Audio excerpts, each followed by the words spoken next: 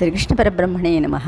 అరుణాయ నమః, అచలాయ నమః, రమణాయ నమః, రామకృష్ణాయ నమః, శ్రీదత్త గురుభ్యో నమః. మనం రోజుకొక శ్లోకం శివానంద లహరి చెప్పుకుంటున్నాం. ఈరోజు 74, 75 శ్లోకాలు చెప్పుకుందాం. ఆశాపాసక్లేశ దుర్వాసనాది భేదోజుక్తైర్దివ్యగంధైరమంధై ఆశాసాటీకస్య పాదారవిందం చేతః పేటీం వాసితామేతనోతు. ఆశాపాసక్లేశ దుర్వాసనాది భేదోజుక్తైర్దివ్యగంధైరమంధై ఆశాసాటీకస్య పాదారవిందం చేతః పేటీం వాసితామేతనోతు. ఆశాపాసక్లేశ దుర్వాసనాది భేదోజుక్తైర్దివ్యగంధైరమంధై ఆశాసాటీకస్య పాదారవిందం చేతః పేటీం వాసితామేతనోతు. ఆశాపాసక్లేశ దుర్వాసనాది భేదోజుక్తైర్దివ్యగంధైరమంధై ఆశాసాటీకస్య పాదారవిందం చేతః పేటీం వాసితామేతనోతు.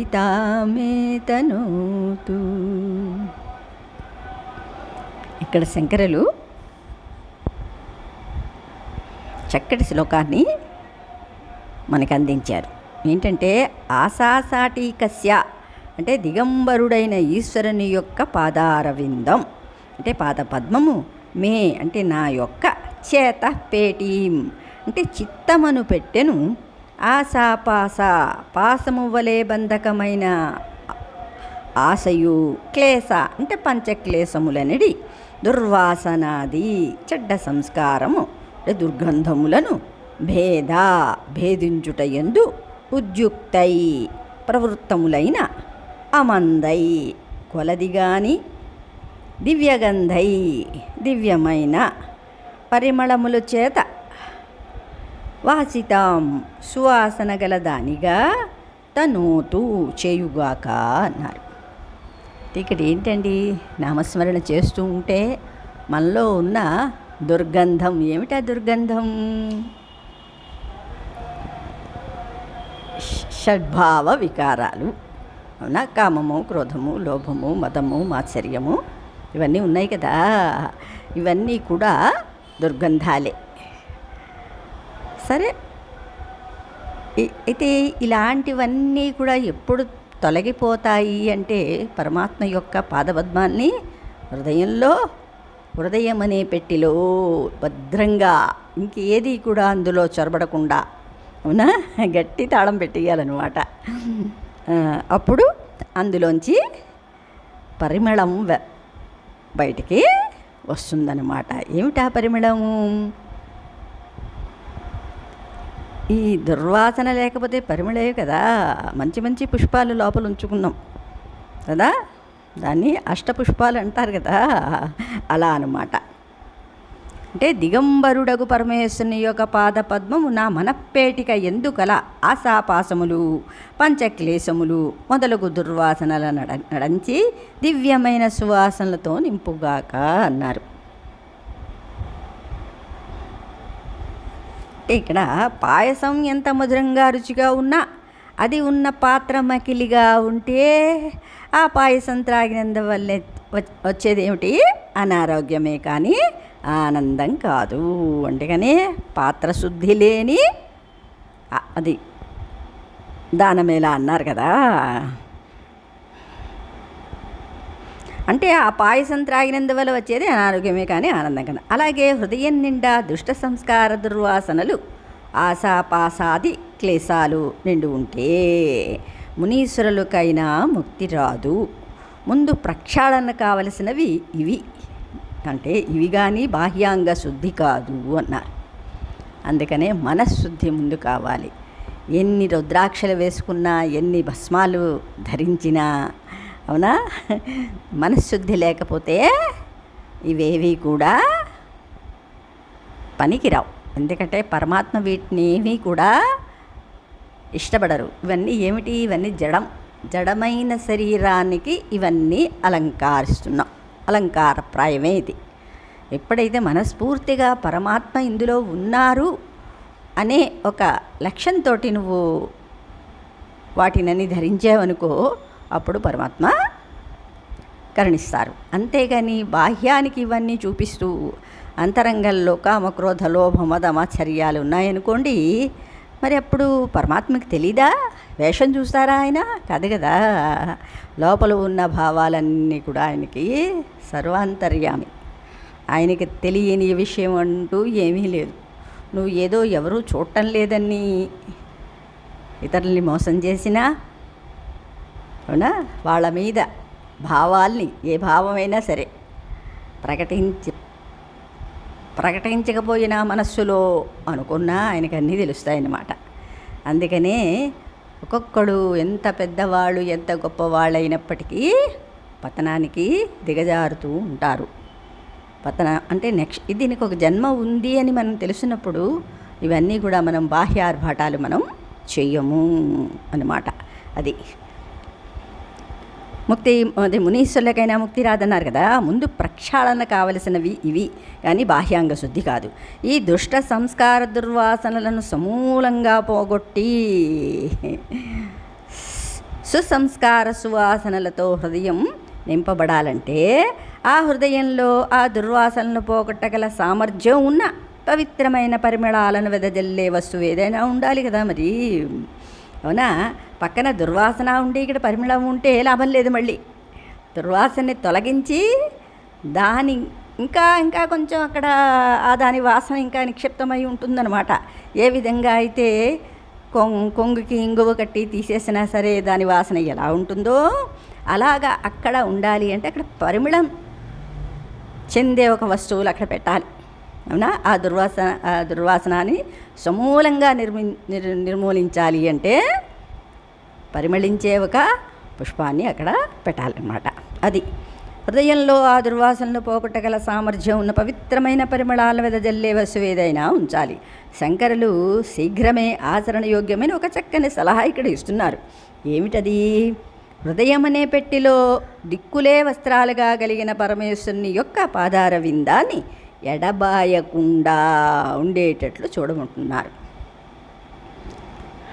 అంటే శివపాద పద్మం నుండి వచ్చే పవిత్ర పరిమళాలు దుష్ట సంస్కార దుర్వాసనలు దూరం చేసి ప్రక్షాళన చేస్తాయన్నమాట. దిక్కులే వస్త్రాలైన పరమేశ్వరుని యొక్క పాద పరిమళాలు కూడా దిక్కుల దాకా విస్తరించగల సామర్థ్యాన్ని కలిగి ఉంటాయి కదా అన్నారు. అంటే అక్కడ ఆ పెట్టి మూసుకుపోయిందండి, అందులోంచి పరిమళం ఎలా వస్తుంది అని కాదు, పరమాత్మ పాదాలు అంతటా వ్యాపించి ఉన్నాయన్నమాట. అవునా, అందుకని నువ్వు ఏ మూల దాంకున్నా ఎక్కడ దాచిపెట్టినా సరే ఆ పరిమళం అంతటా వెదజల్లుతూనే ఉంటుందన్నమాట. ఇప్పుడు 24 hours సామర్థ్యాన్ని కలిగి ఉంటాయి. అందువల్ల హృదయ పేటిక ఎంత పెద్దదైనా దుష్ట సంస్కార దుర్వాసనలు ఎంత దిట్టంగా కట్టుదిట్టంగా విస్తరించి ఉన్నా ఏమీ పర్వాలేదు. శివపాద పద్మ పరిమళాలు వాటిని ప్రక్షాళన చేయగలవు అనే అంతరార్థాన్ని కూడా ఇక్కడ గ్రహించాలి అన్నారు. శ్రీకృష్ణ పరబ్రహ్మణే నమః. 75వ శ్లోకం. అయితే ఇక్కడ శంకరులు దానికి కొంచెం అన్వయించిందే ఇది. మరి ఆ పరిమళాలు కావాలి అంటే, పాదపద్మాలు హృదయంలో ఉండాలి అంటే ఆ మనస్సు ఎలా ఉండాలి కదా.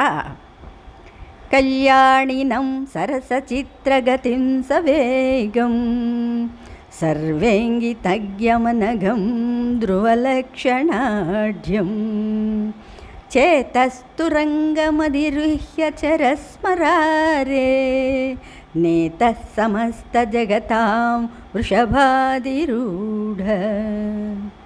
కళ్యాణినం సరసచిత్రగతిం సవేగం సర్వేంగితజ్ఞమనఘం ధ్రువలక్షణాఢ్యం చేతస్తురంగమధిరుహ్య చరస్మరారే నేతః సమస్తజగతాం వృషభాదిరూఢ కళ్యాణినం సరసచిత్రగతిం సవేగం సర్వేంగితజ్ఞమనఘం ధ్రువలక్షణాఢ్యం చేతస్తురంగమధిరుహ్య చరస్మరారే నేతః సమస్తజగతాం వృషభాదిరూఢ.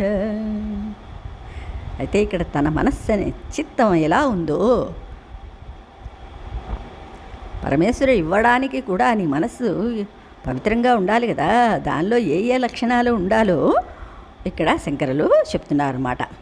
వృషభాదిరూఢ అంటే నందివాహనమెక్కువాడా, సమస్త జగతాం ఎల్ల లోకములకును నేత నాయకుడా, స్మరారే కామవైరి కళ్యాణినం శుభలక్షణములు గలదియు. కళ్యాణం అంటే ఏమిటి? శుభం కదా. అక్కడ ఏంటి? కళ్యాణం చేసుకోవడం అంటే ఏమిటి? ఒకళ్ళకొకళ్ళు అన్యోన్యంగా సీతారాముల్లాగా ఉండడమే కళ్యాణం అన్నమాట. అంతే, లేకపోతే ఇద్దరు కూడా ఏవో పయనాలు చేస్తూ ఉంటే దాన్ని కళ్యాణం అన్నారు కదా. అందుకని ఇక్కడ శుభలక్షణం అదే సీతారామ కళ్యాణం అనమాట. ఇంకా చెప్పాలంటే పడుంది. సరే, తర్వాత శుభలక్షణము గలదియు అంటే సరస చిత్రగతిం, సరసముగా చిత్రములైన నడకలు గలదియు అన్నారు. అంటే ఇక్కడ ఏమిటా సరసం? నీకు ఇష్టం వచ్చినట్లుగా నువ్వు ఏది చూడాలనుకుంటావో అది చూడగలవు, ఏది చెయ్యాలనుకుంటే అది చెయ్యగలవు, ఎన్నో రకాల ఊహలు ఊహించుకోగలవు కదా ఈ మనసుతోటి, చిత్తంతో. అందుకని సరస చిత్రగతిం సవేగం, ఎక్కడ ఏది చూడాలనుకుంటే అక్కడికి వెళ్ళిపోతుంది మనస్సు, ఏది చేయాలనుకుంటే అది చేసేస్తుంది. అవునా? దానికి వాయువు కంట వేగం గలదనమాట.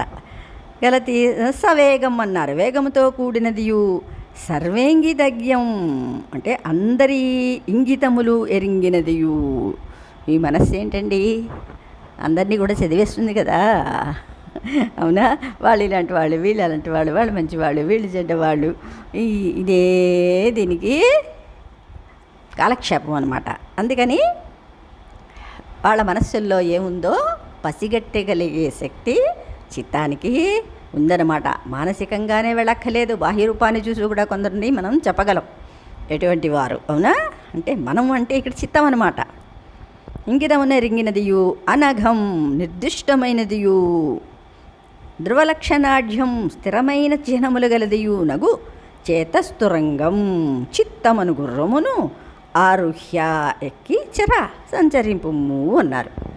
అంటే ఇక్కడ మనస్సు ఎలాగ ఉంటే పరమాత్మ ఇక్కడ వస్తారు, నా హృదయంలో నెలకొల్పాలి అంటే కొన్ని లక్షణాలని ఇక్కడ చెప్పారనమాట. చిత్తం ఎలా ఉండాలి అంటే, ఓ వృషభవాహన బాణవేగమున బోవుచు చిత్రగతులు కలిగి కళ్యాణి అయి ధ్రువలక్షణములు కలిగి పరేంగిత అంటే ఇతర చిత్తాలని ఎరింగడం అనమాట. వాళ్ళ యొక్క ఊహల్ని ఎరింగి వర్తించు నా మనస్సును గుర్రమునికి హాయిగా సారి చెయ్యి అన్నారు. అంటే ఎప్పుడూ అందరూ దేవుణ్ణి ఏదో కావాలని కోరి పొందేవారే కానీ దేవునికి పనికొచ్చేదేమైనా ఇస్తే బాగుంటుందనే ఆలోచన సాధారణంగా రాదు. ఎందుకంటే అందరి దృష్టిలోని పరమాత్మ గొప్పవాడు కాబట్టి మనం పరమాత్మకి ఏమి ఇస్తాము, ఆయనకి ఏం కావాలో అసలు ఎవరికైనా తెలుసా? మనకిష్టమైనదే చేసేసుకుంటూ ఉంటాం. కానీ పరమాత్మకి ఏది ఇష్టమో ఎప్పుడైనా మనం తెలుసుకున్నామా అంటే అది అసంభవం అన్నమాట. ఎందుకంటే పరమాత్మ అవాంగ్మానసగోచరుడు. బయటికి కనిపిస్తే ఆయన లక్షణాలను తెలుసుకొని ఆయన వెంట, అందుకనే గురు శుశ్రూషను, గురువుకి ఏది ఇష్టమో కూడా మనకు తెలియదు కదా. 12 ఏళ్ళ సహచర్య చేస్తే కానీ వాళ్ళ యొక్క అలవాట్లు కానీ వాళ్ళ మనస్సులో మాటలు కానీ మనం తెలుసుకోలేము. అలాంటిది పరమేశ్వరుని యొక్క ఆయనకి చిత్తమే లేదు. అలాంటి మనం ఏమి ఇవ్వగలం ఆయనకి?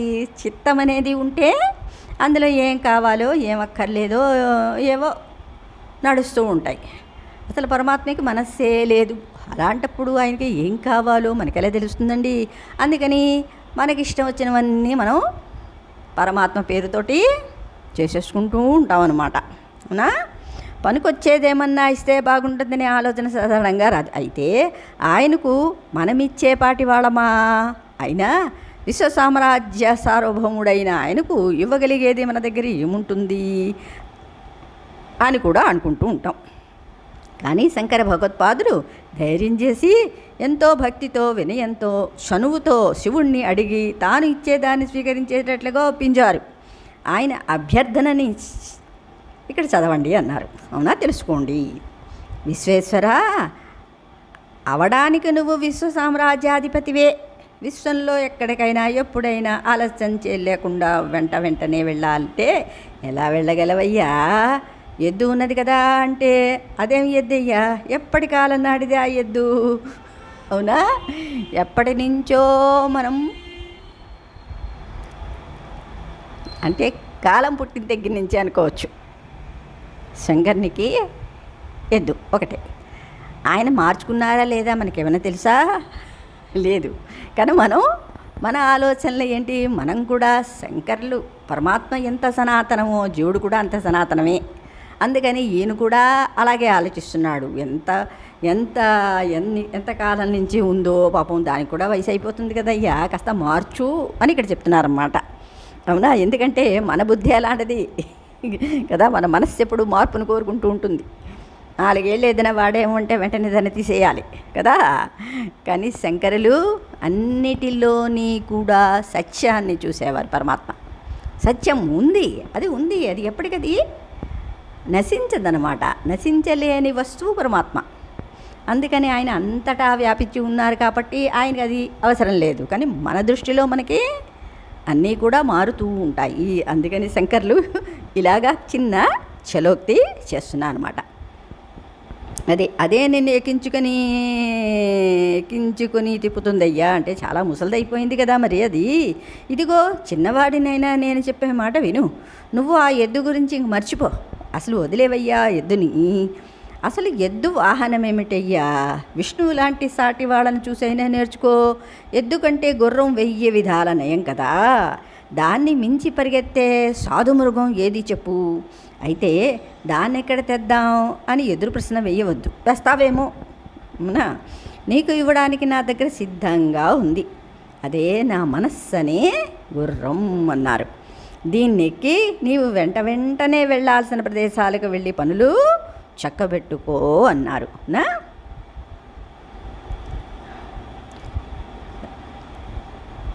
సరస్చిత్రగతిం సవేగం అన్నారు కదా. పనులు చక్కబెట్టుకో. పంచకళ్యాణి వంటి మంచి జాతి గుర్రానికి 5 శుభలక్షణాలు ఉంటాయి. ముఖం, గుండె, వీపు, ఇరు పార్శ్వదులు. అవునా? పార్శ్వలు.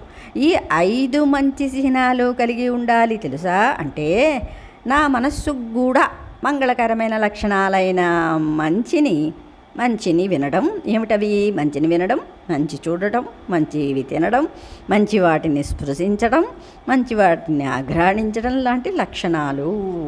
అంటే పంచ ఇంద్రియాలతోటి మంచి పనులు చేయడం అన్నమాట.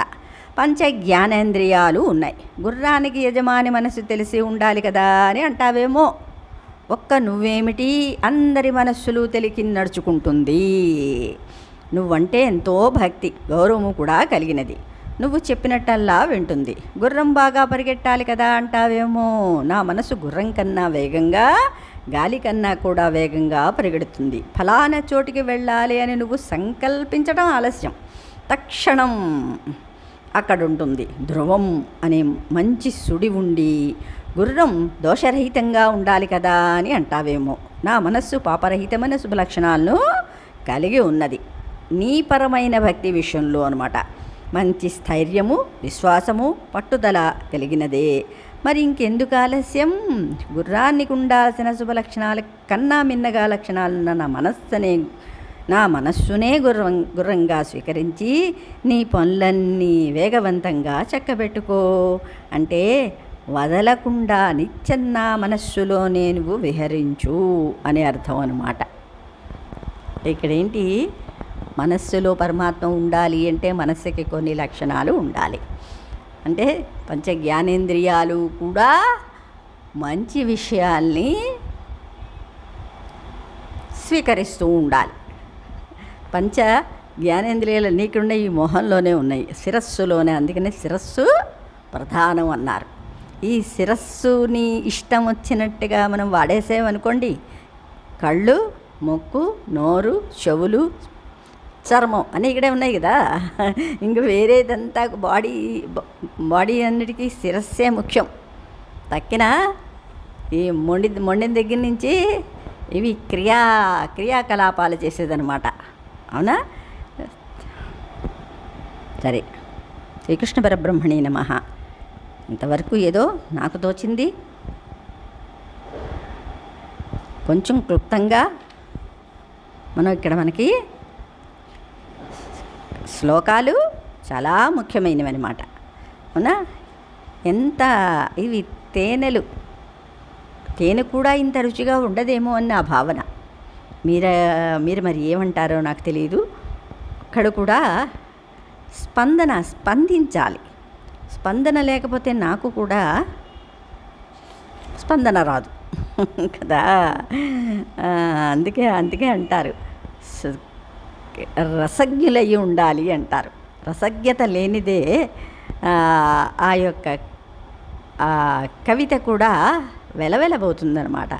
దాన్ని ఆస్వాదించే మనస్సు ఉండాలి. శ్రీకృష్ణ పరబ్రహ్మణే నమః.